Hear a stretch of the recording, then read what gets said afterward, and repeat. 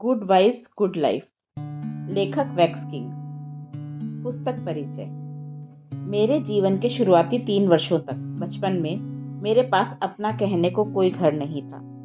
मैं और मेरा परिवार हमारे रिश्तेदारों के साथ रहते थे और उसी दौरान थोड़े समय के लिए हम एक शेल्टर होम में भी रहे। मैं ऊपर वाले का शुक्रिया अदा करता हूँ कि उस दौरान भी हमारे सिर पर छत थी। लेकिन मुझे याद है शेल्टर होम में रहना कितना डरावना अनुभव था। हम जब भी बिल्डिंग में प्रवेश कर रहे होते तो हमेशा दरवाजे पर कुछ ऐसे लोग मौजूद होते जो हमें अजीब नजरों से देख रहे होते। मैं, जो उस समय 4 साल का एक बच्चा था, इससे डर जाता, लेकिन मेरी माँ मुझे आश्वस्त करती कि सब कुछ ठीक हो जाएगा। वह कहती, हमें बस नीचे देखते हुए चलना है और सीधे हमारे कमरे में जाना है। एक रात जब कहीं बाहर से घूम फिरकर हम वापस वहां पहुंचे तो हमने देखा कि सीढ़ियों और बरामदे की दीवारों पर बहुत सा खून फैला हुआ है। कांच के टुकड़े फर्श पर बिखरे हुए थे। मैंने और मेरी बहन ने इससे पहले कभी इससे डरावना कुछ नहीं देखा था। हम दोनों ने मॉम की ओर देखा। मुझे उनके भीतर मौजूद डर का आभास हो गया था, लेकिन फिर से पूरे साहस के साथ उन्होंने हमसे कहा कि हम सावधानी से कांच से बचकर चलें और अपने कमरे में जाएं। मैं अब भी उस दृश्य को याद करके सिहर उठता हूँ जो हमने उस समय देखा। मैं और मेरी बहन सोचते रहे कि शेल्टर के बरामदे की सीढ़ियों पर क्या हुआ होगा। फिर हमने जिस जगह घटना घटी थी वहां से लोगों के चीखने चिल्लाने की आवाजें सुनी। वे बहुत ही डरावनी थी। एक बार फिर हमने आश्वस्त होने के लिए मॉम की ओर देखा।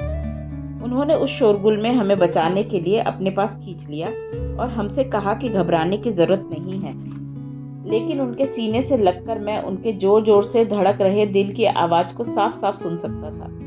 वे भी हमारी तरह बहुत डरी हुई थी। उस रात हम शायद ही सोए। चीखने चिल्लाने की आवाजें रात भर आती रही। मुझे यह जानकर बहुत हैरानी हुई कि उस रात वहां पुलिस का नामो निशान नहीं था और किसी ने भी वहां पर मचे हुए उपद्रव को शांत करने का प्रयास नहीं किया। ऐसा लगा जैसे किसी को भी वहां पर रहने वाले लोगों की सुरक्षा की कोई परवाह नहीं थी। मुझे ऐसा लगा जैसे किसी को हमारी परवाह नहीं थी। बस हम लोग इस संसार में, जो निष्ठुर है और भ्रष्टाचार से भरा हुआ है, एक दूसरे की परवाह करने के लिए वहां थे। जब मैंने अपने बचपन की इन यादों को अपने परिवार के दूसरे सदस्यों और दोस्तों के साथ साझा किया तो उन्हें इस बात की हैरानी हुई कि मुझे इतनी सारी बातें कैसे याद हैं। मैंने अक्सर उन्हें यह पूछते हुए भी पाया कि तुम्हें यह सब याद भी कैसे हो सकता है, उस समय तुम बहुत छोटे थे। मुझे सब कुछ याद नहीं है और ना ही मुझे उस समय की सब बातें पूरी तरह साफ साफ याद हैं। हालांकि अपने जीवन के उन सभी बड़े बड़े अनुभवों, चाहे बुरे हों या अच्छे, के समय मैंने कैसा महसूस किया था यह अच्छी तरह से याद है। यहाँ पर मैंने जिस घटना का जिक्र किया है उसके साथ मेरी वे भावनाएं जुड़ी हैं जिन्होंने मुझे अंदर तक झकझोर दिया था। ये यादें मुझे लंबे समय तक डराती रही। जब मैं किशोरावस्था के आखिरी दौर में था, मैं शिद्दत से चाहता था कि इनमें से बहुत सी यादें बस मेरे जहन में किसी भी तरह मिट जाएं। मैं उन्हें अपने जीवन से पूरी तरह मिटा देना चाहता था। इसीलिए बचपन में मुझे जिन संघर्षों का सामना करना पड़ा उन्हें मैंने कभी याद नहीं किया। उनमें से कुछ ने तो मुझे शर्मिंदा भी किया। उन दिनों में जो था उसे स्वीकारने में मुझे बहुत तकलीफ होती थी। ऐसा भी समय था जब मैंने ऐसी बहुत सी बातें कही या ऐसी चीजें की जो उस बच्चे से बिल्कुल भी मेल नहीं खाती थी जो मैं अंदर से था। इस संसार की बातों से बहुत बार मेरा दिल दुखा और बदले में मैं भी उसे चोट पहुंचाना चाहता था। अब चीजें अलग हैं। अब जब मैं पीछे मुड़कर देखता हूँ तो अपनी हर याद को खुशी खुशी स्वीकार करता हूँ, क्योंकि मेरे साथ घटी हर घटना में मेरे लिए एक सबक छिपा हुआ था। मैंने महसूस किया है कि जो कुछ अच्छा बुरा या जो भी बुरी घटनाएं मेरे साथ घटी वे सभी मेरे उस अस्तित्व का हिस्सा हैं जो मैं आज हूँ। हालांकि हो सकता है कि उसमें कुछ मेरे लिए दर्दनाक रही, फिर भी वे मेरे लिए वरदान की तरह हैं। उनसे मैंने बहुत कुछ सीखा है। मेरे अनुभवों ने मुझे एक खोजी इंसान बनाया जिसने अपनी विपत्तियों से अपना रास्ता बनाया और एक बेहतर जीवन की ओर बढ़ चला। मैंने यह पुस्तक अपने उस सबक को आप लोगों के साथ साझा करने और इस आशा में लिखी है कि यह आपको उस जीवन को जीने के लिए एक स्पष्ट राह और मार्गदर्शन देगी जिसे मैं एक बेहतर जीवन कहता हूँ। अब यह आप पर है कि आप मेरी कहानियों से क्या आत्मसात करते हैं। मैं स्वीकार करता हूँ कि इनमें से कुछ विचार आपकी समझ में आएंगे, तो कुछ को स्वीकारना आपके लिए असहज होगा। इसके बावजूद मैं मानता हूँ कि यदि आप उस अवधारणा जिस पर मैंने इस पुस्तक की चर्चा की है को अपने जीवन में लागू करते हैं, तो आप अपने जीवन में अद्भुत सकारात्मक बदलावों को महसूस करेंगे। मैं कोई दार्शनिक, मनोवैज्ञानिक, वैज्ञानिक या कोई धर्मगुरु नहीं हूँ। मैं बस एक साधारण इंसान हूँ जिसे जीवन में नित्य कुछ नया सीखते रहना और अपने ज्ञान को दूसरों के साथ इस आशा से साझा करते रहना पसंद है कि शायद इससे वे अपनी परेशानियों से मुक्त हो जाएं और जीवन में आनंद का अनुभव पहले से अधिक कर पाएं। मैं मानता हूँ कि इस दुनिया में जन्म लेने वाला हर इंसान एक खास मकसद को पूरा करने के लिए आता है। मैंने खुद को आपके जीवन के उद्देश्य की तलाश के लिए समर्पित किया है, जिससे आप इस संसार में अपना योगदान कर सकें, जो बहुत अधिक कष्ट में है। अगर हम सब मिलकर इस संसार के चेतना से भरपूर नागरिकों की भूमिका निभाएं, तो हम उस बोझ को कम कर सकते हैं जो हमने इस धरती पर डाला है। अपनी पूरी क्षमता के साथ जीवन व्यतीत कर आप न केवल अपनी दुनिया में बदलाव लाते हैं, बल्कि आप अपने आसपास के संसार को भी बदल देते हैं। कुछ लोग सामान्य स्तर पर ही जीवन व्यतीत कर खुश रहते हैं। वे अपने जीवन को बेहतर करने से बचते रहते हैं, क्योंकि वे मानते हैं कि वैसा जीवन उनकी पहुंच से परे है। एक बेहतर जीवन जीने के लिए आवश्यक है कि आप अपनी महानता की खोज करें। आसान शब्दों में कहें तो बेहतर बनना और कुछ नहीं है, बस आप जो हैं उसका बेहतर रूप बन जाए। यह बस उन काल्पनिक दायरों को तोड़ना भर है जो आपको उस जीवन में ही सीमित किए रहते हैं जिसे आप अपने लिए उपयुक्त मानते हैं। यह उस सोच से परे अधिकार क्षेत्र को स्पर्श करना है जो आपके अनुसार आपकी आंखों से ओझल है। विस्तृत मानसिकता का अर्थ जीवन को बिना किसी सीमितता के साथ जीना है, जहां पर संभावना का कोई अंत ना हो। इस कारण से हम यह परिभाषित नहीं कर सकते हैं कि विस्तृतता कहाँ से शुरू होती है और कहाँ पर समाप्त होती है। हम बस और भी बेहतर जीवन की इच्छा कर सकते हैं। लोगों को अपने व्यवहार से प्रभावित करना छोड़ें, खुद को अपने व्यवहार से प्रभावित करें। अपने आप को विस्तारित करें, अपने परीक्षक खुद बने। अपने उस सबसे बेहतर रूप को बाहर लाएं जो आप बन सकते हैं। इस पुस्तक के लिए आपकी यह प्रतिबद्धता आवश्यक है कि आप अपने बेहतर रूप को बाहर लाएंगे। मेरा उद्देश्य आपकी उससे बेहतर इंसान बनाने में मदद करना है जो आप बीते कल में थे। आपको ऐसा हर रोज करना है। आपको ऐसा हर तरह से अपने बाकी जीवन में करना है। यदि आप सुबह अपने मन में इस इच्छा के साथ बिस्तर से उठते हैं और फिर जागृत अवस्था में उसका अनुसरण करते हैं, तो आप यह देखकर हैरान हो जाएंगे कि आपको इस पथ पर अग्रसर होने के लिए प्रेरणा प्रतिपल प्राप्त हो रही है। आपके जीवन में आगे बढ़ने के आपके निश्चय की प्रतिबद्धता का प्रतिबिंब स्पष्ट होता जाएगा। विस्तारिता केवल एक दिशात्मक शब्द भर नहीं है, हालांकि यह विषयात्मक है। बहुत से लोग इसके अर्थ को ऐसे शब्द के साथ जोड़ देते हैं जिसमें कोई खास क्षमता हो, जिसके पास ढेर सारा पैसा या भौतिक सुखों का अंबार हो, बहुत बड़ा अधिकार क्षेत्र या ओहदा हो और उन्होंने कोई बड़ी उपलब्धि जीवन में प्राप्त की हो। लेकिन वास्तविक विस्तारिता का अर्थ उससे बहुत अधिक गहरा है। यह बिना उद्देश्य, प्रेम, निस्वार्थ भाव, नम्रता, प्रशंसा, दयालुता और निस्संदेह मनुष्य होने के कारण हमारी पहली प्राथमिकता खुशी के बिना संभव नहीं हो सकता। मैं जब विस्तारिता के बारे में सोचता हूँ तो मैं जीवन के सभी पथों पर महारत हासिल करने के एक स्तर तक पहुँचने और संसार पर अपना सकारात्मक प्रभाव डालने के बारे में सोचता हूँ। दुनिया के महान लोग केवल उत्कृष्ट भूमिका में ही नहीं होते, बल्कि वे दुनिया के उन लोगों में होते हैं जिन्हें हम संसार की प्रतिकूलता को बड़ी आसानी के साथ आत्मसात करने के लिए भी जानते हैं। खुद से प्यार करने का क्या अर्थ है? शांति का एहसास प्राप्त करने के लिए हमें संतुलन की जरूरत होती है।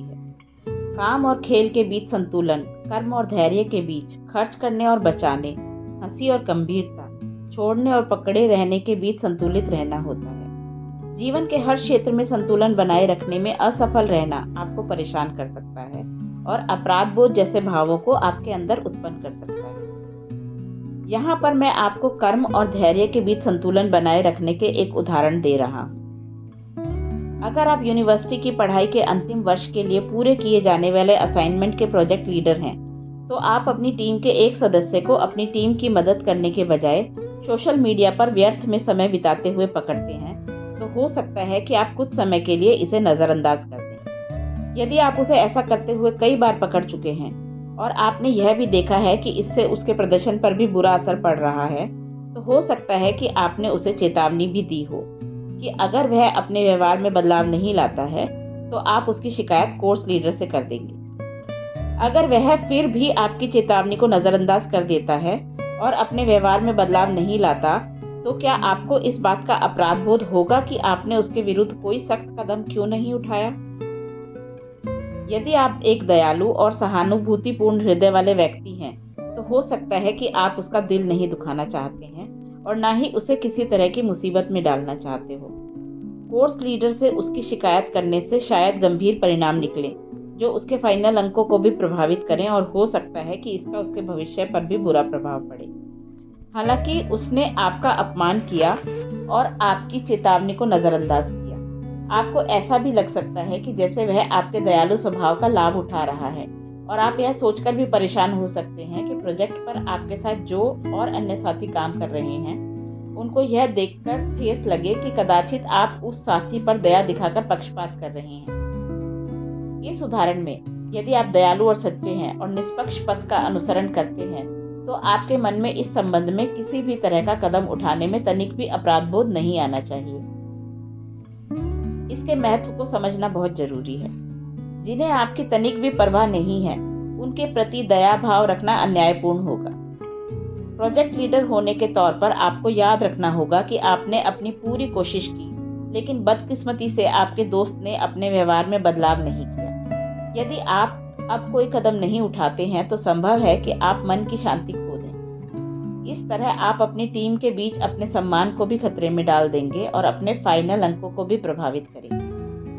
एक संतुलित रवैया अपनाकर आप और भी सहज महसूस करेंगे और किसी भी तरह के बुरे भाव जैसे अपराध बोध से बच जाएंगे। यहाँ आपने कर्म और धैर्य दोनों का प्रदर्शन किया। आप दिखा सकते हैं कि आप स्थिति को समझ रहे हैं तथा उसे माफ भी कर रहे हैं और आप कठोर होकर अपने अधिकार का प्रयोग भी कर सकते हैं। खुद से प्यार करना यह जानते हुए स्वयं को वैसे स्वीकार करना है कि आप उससे बेहतर के योग्य हैं और फिर बेहतर के लिए काम करना है। इस बात की संभावनाएं हैं कि अगर आपका वह साथी छात्र आपके निर्णय से परेशान होता है तो भी वह आपका सम्मान यह सोचकर करे कि आपने उसे एक और मौका दिया। तो अब यह जानने का समय है कि इसका खुद से प्यार करने से क्या संबंध है। वैसे अक्सर ऐसा देखा गया है कि जब आप खुद से प्यार करने की बात करते हैं तो इसका गलत अर्थ समझ लिया जाता है। खुद से प्यार करना हमें परिस्थितियों को स्वीकार करना सिखाता है, लेकिन बहुत से लोग इसका इस्तेमाल एक बहाने की तरह करते हैं कि उन्हें किसी चुनौती का सामना न करना पड़े। वास्तव में खुद से प्यार करने की अवधारणा में दो अति आवश्यक तत्व सम्मिलित होते हैं जिनका यदि कोई व्यक्ति खुशहाल जीवन जीना चाहता है तो संतुलन होना बहुत जरूरी होता है।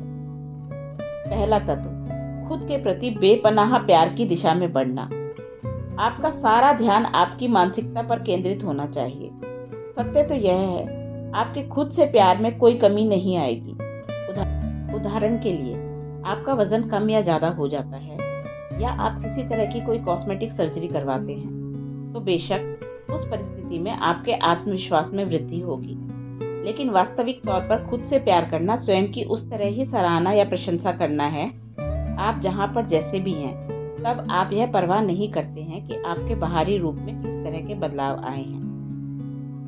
दूसरा तत्व, विकास को प्रेरित करना और सारा ध्यान कर्म करने में केंद्रित होता है।